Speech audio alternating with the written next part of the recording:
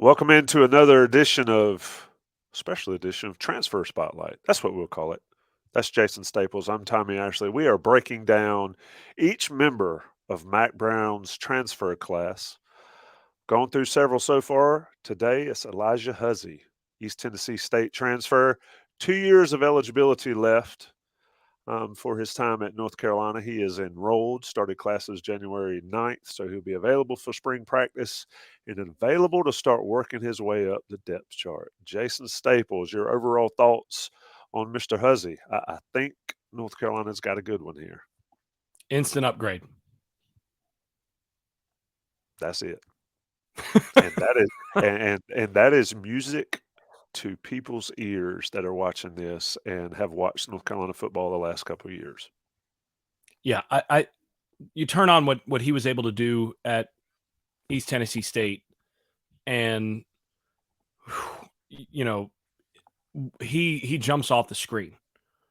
Uh, a lot of the tools that you look for in a top level corner are just right there. He's got the extremely quick feet, accelerates without any effort, has what I think is good long speed. I don't know. I wouldn't classify him as elite long speed, but I think he's a sub 4.5 guy, probably. Not a guy that's going to get run away from a bunch. And he plays with a lot of confidence because of that speed. He knows he's not going to get run by. But he also he's so quick in driving on the football underneath that he's able to play over top and still challenge stuff underneath when he's in single coverage against a guy. Very fluid hips. A few clips that I was looking at. He's already flipped to be able to run deep with the guy. Guys challenged him in terms of a vertical release, and then he sees the underneath breaking route, and without any wasted movement, just sticks one foot in the ground, transitions, hips open, and he's driving downhill, and he's getting there before the ball does. He reminds me actually of some of the guys that from like FCS that the Patriots have gotten at corner over the years, where you see those traits, you see the ability to transition and to run and do all of those things. And the Patriots would be like, well, that guy can do everything we want. Let's roll the dice with him and see if he can play at the NFL level. And then those guys end up sometimes being all pros. He reminds me of that kind of player where, you'd like him to be just a little taller, maybe a little longer, but all of the movement skills and the fluidity that you want from a corner are there, and just so sound in terms of what he does. The other thing that really stands out is he's really, really smart and reacts, understands route concepts and all of that, and reacts quickly. So he'll be on a guy that's his responsibility, and then recognize like, oh, I got to pass him off and transition to a new responsibility. And he does it so quickly that it's just really seamless and fluid. And you put that together with a guy that can accelerate, that can open his hips, and that has really good ball skills. And he parlayed that into creating some turnovers for East Tennessee State when he was there. I think he's an immediate starter at North Carolina at corner. He's a guy that actually is intriguing as an option to move inside if you want a guy that can be a lockdown slot corner against a quicker wide receiver. Kind of along the you remember Arenas from Alabama a few years ago? He's that kind of quick player that can play that slot, can also play on the outside. He's a little bigger than Arenas was, but he's that kind of player. And I think he's got a chance of being an all ACC type guy. I think he's got a chance with the kind of season I think he might have of becoming a draft pick from North Carolina. He's got the tools. It's just a matter of being able to prove week in, week out that he can do it against ACC level and above competition. Yeah, that's one thing. He's got 2 years of eligibility remaining, and with all these transfers, the ones that have extra or more than 1 year, they're looking to go to the league. And if they play well enough for North Carolina to not use that final year of eligibility, then North Carolina has scored massively in the transfer portal. So Huzzie looks there, and look, his numbers speak for himself. You spoke to the intelligence side of it. He's been Southern Conference honor roll academically his entire time there. Didn't do much in 19, and then 2021 was the COVID year, but he broke out really in 21. Jason, he's had 179 tackles in his career, 12 interceptions, and 30 pass breakups. um, without looking at the stats for North Carolina, I would wager that is by far the best numbers in the career on the roster at the current time. What else? You mentioned sliding inside and covering those slot guys, and we talked about it with Armani Chapman as a possibility. That's been an issue for North Carolina for the past couple years. Now they have two guys, especially with Huzzie's addition, that can accomplish that, and that shores up that aspect of the defense that's been, quite frankly, a death blow nearly every game for Carolina. Yeah, yeah, and I think with Hussey, the other thing, and really where I would probably want to use him is doing a lot more. Just put him one-on-one with a guy and feel like you can take that guy away. I mean, a true lockdown potential. I would be testing some of that out this spring. What happens if I put him one-on-one with this guy out here and I rotate my safeties a little bit at the snap and just trust that this guy's not going to get beat bad? And that can change your defense. Now, again, we'll see whether he can do that against some of the competition that he's going to have this year. But I think a guy that can do what he does on the outside and basically take away an outside receiver changes you as a defense. That's what they were hoping they had in Grimes. I mean, that's what when they signed Grimes, that's what they hoped he would become, and he never really became that guy. I think Huzzie might actually become the guy that they hoped Grimes would become. I think he's got the capacity to do that. Again, a little bit smaller, so a few of the bigger wide receivers, 6'3", 6'4" guys, they may give him a little more trouble in terms of, some of those single coverage one-on-ones, on some verticals and all of that. But there were some cases at East Tennessee where he handled his business there. And he handled some bigger guys. You could see that they're 6'2" plus guys, and he just played them over the top and was in such good position it didn't matter. But yeah, you mentioned the stats, and I hadn't even looked at the stats until after I'd done my my video evaluation of him, and was really positive about what I saw there. And then I looked at the stats and was like, oh yeah, well that makes sense. I don't know why teams threw at him at all, because you look at the 2022 Pro Football Focus grades for him. His coverage grade is an 87.7. Good gracious. That's higher than I thought it would be. And that's yeah. And that matches the eye test for me. So, I mean, just to put it in perspective, Drake May on the year, his offensive grade was a 91.5, right? His passing grade, 90.8. That's within shouting distance of Drake May in terms of overall grade for your position. Josh Downs on the year.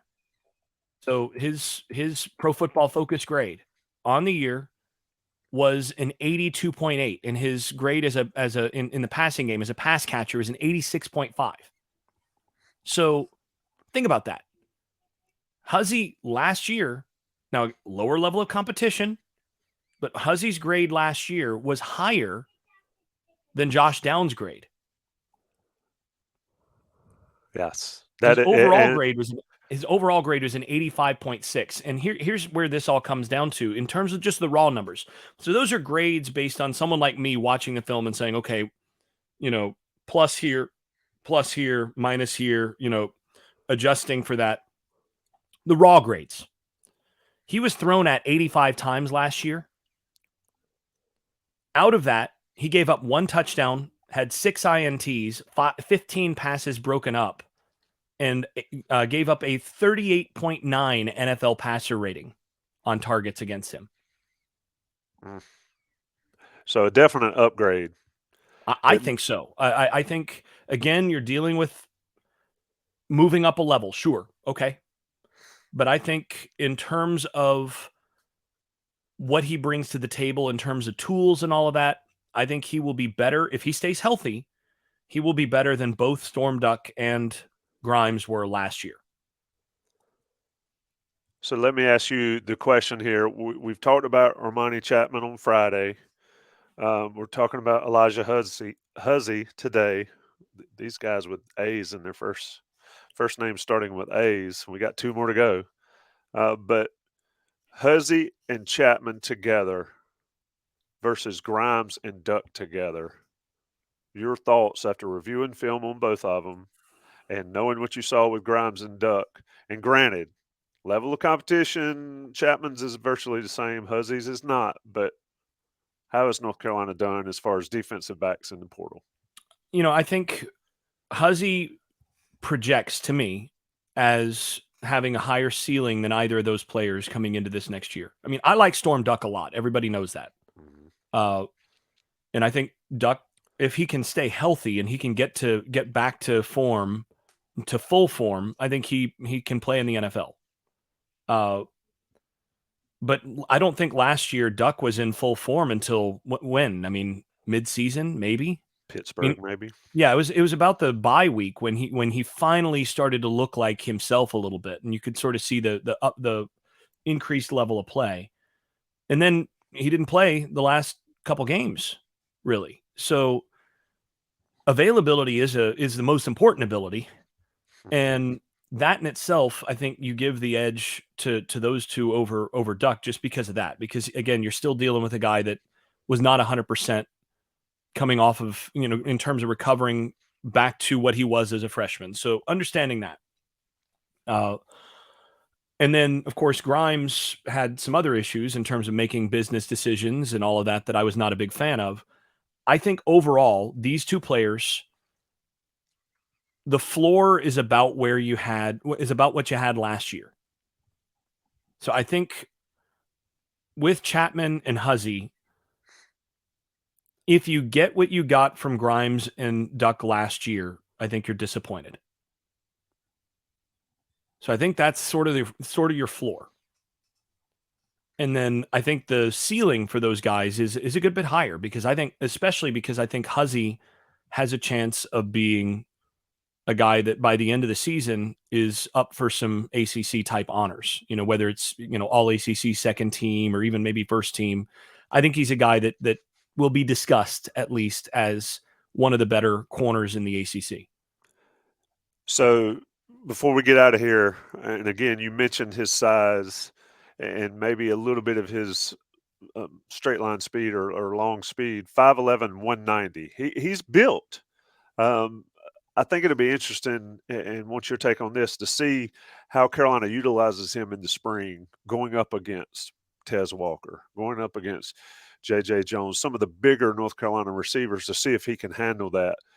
How much action do we need to see, or can the coaches glean from spring ball going against fellow teammates now to know what they have going into the fall in those type situations? I think you can basically know by the end of spring. You've got a good idea because you got some receivers that are going to be as good as just about anybody he's going to play against next year. And you got Drake May throwing to him. So if you come out of the spring and those guys are going, man, it is a pain going against that guy, then you got a dude. Because, Green, I think, is a guy that is going to be, he's going to have a nice coming out party next year at receiver. And then the two that you mentioned, the two newcomers, when you're looking at McCollum and Tez Walker and those guys, and then, of course, Jones and Paysor and all these guys, those guys were productive this year. And if you're getting a guy that's consistently competing at or above their level, then you know what you got. Going into next year. And then all summer, you're starting to because remember, we've talked about this before. Your game planning for next year has already started. January and February, you're already watching film of the teams that are on your schedule and you're putting together preliminary game plans. Once you've got those preliminary game plans, you come out of the spring, you watch their spring games, whatever footage you can. You take a look at what you were able to get out of your spring and you adjust a little bit and you start to, tinker it with what you've got in terms of your scouting reports, your game plans, what you plan to potentially do against them. And then you revise that on the weekend of that game. And then, sort of continue to iterate a little bit on that during the week of preparation for that team. But if you've got a lockdown corner coming out of spring, then you can start to tinker a little bit in the summer, going, okay, well, we'll probably have to do this. This'll be something we can do a little bit more of. But I think you can know with Chapman and Hussey, and I think you can know with McCollum and Walker. I think you have a pretty good sense by the end of spring where those guys are. The only way that changes is if there's injury. But if those guys come out of spring healthy, you basically know where they're going to be in the pecking order next year. These are not true freshmen that are adjusting to college and you're going, well, let's see what happens over the summer. You know where they're going to be at the end of the spring. Yeah, we've always talked about grown men versus high school players or young guys, and Carolina's got a couple of them coming in the defensive backfield, and along with Derek Allen and Tavius Lane, who we'll talk about a little bit later in the week. But that's Jason Staples. I'm Tommy Ashley. Defensive back Alijah Huzzie, East Tennessee State, joining Mack Brown, Charlton Warren in the North Carolina defense. Now, we'll check out spring. Look, there is no off season. If there was ever a reason to pay attention in the springs to check out what these transfers do, we'll be back tomorrow with the next one. Thanks, Jason.